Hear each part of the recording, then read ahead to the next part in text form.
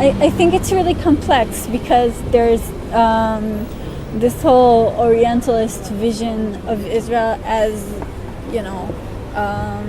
backward and inherently LGBT-phobic. Like, people automatically assume, especially Americans, that they've really, soaked up this sort of ideology as U.S. as the most liberal and tolerant place in the world ever. They always assume that Israel is necessarily more LGBT-phobic than the U.S., but I actually think the opposite.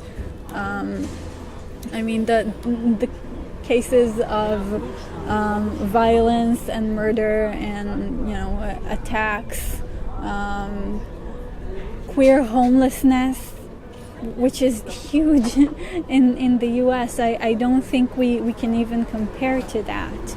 And I'm not saying there aren't any problems. There are a lot of problems. But I do think this sort of dichotomous view of, West versus East is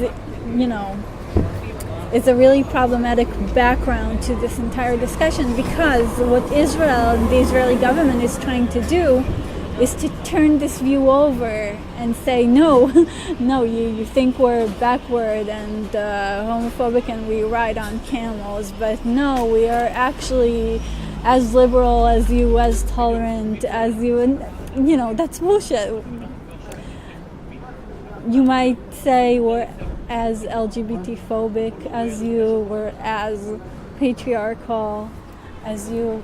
So I wouldn't want to exclude the US from accountability for LGBT-phobia while talking about LGBT-phobia in Israel.